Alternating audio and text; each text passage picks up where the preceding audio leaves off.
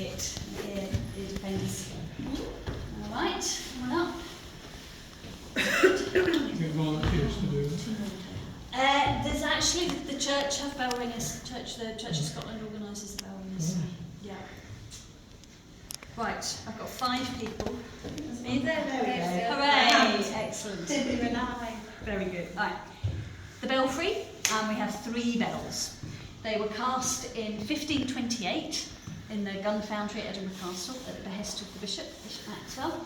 And the bells that you heard ringing for 12 o'clock were rung by the clock. That's automatic chimes, and that's all these wires. And what they do is they operate red hammers. So if you look at the big bell at the back, see on the bottom left-hand edge there's a red hammer.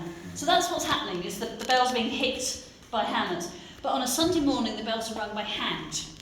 Bell ringer sits in that chair, puts the ear defenders on, and then what they do is they ring the clappers. So that rings that bell there, handle there. It's only one person that does this, and then they grab that handle there, and that white rope rings the small bell at the side there. But you've only got 2 hands, and there are 3 bells. So the last one is rung by a foot pedal, so we'll give this a ring. And so you always imagine bell ringing to be the kind of, change ringing that you see in English churches. But this is a Scandinavian system, it's called clocking. So only one person rings. And on Sunday morning they ring what is called a summoning bell. And basically, it starts, so they've got a little clock here. And it starts, the bells chime 11 o'clock, and then off they go. 1 stroke every 10 seconds for 5 minutes. 1 stroke every 5 seconds for 2 minutes. 1 stroke every 2.5 seconds for 1 minute. And then it starts getting faster and faster and faster and faster until you get to 14.5 minutes past 11, and it's going ding ding ding ding ding ding ding ding ding ding ding ding ding.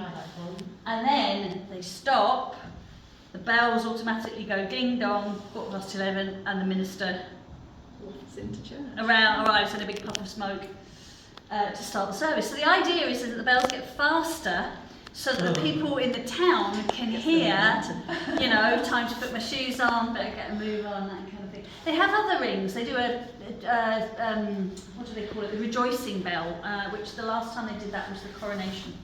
So there's a team of bell ringers, so they take it turnabout to come on. Now there was a bit of a disaster, not in our time, but in 1671, the cathedral was struck by lightning. This happened, and the spire caught fire. And they figured out that the beams that were holding the bells probably had about 2 hours in them before they burnt through. And in that 2 hours, they got all the people of Kirkwall to bring earth and sand, which they piled up in a huge big pile in the bottom of the cathedral. And then after about 2 hours, the beams burnt through, and all of the bells just came crashing down through all the length of the tower and landed on the big pile of earth. And the medium and the small bells survived, but the big bell cracked, and that had to be recast in Amsterdam a few years later. Now, it always amuses me, apparently they said it took 2 hours to get all the earth and sand into the cathedral. Apparently it was about 2 years before they managed to get it all. Which, it's just a great example of what you could do when you're really under pressure. But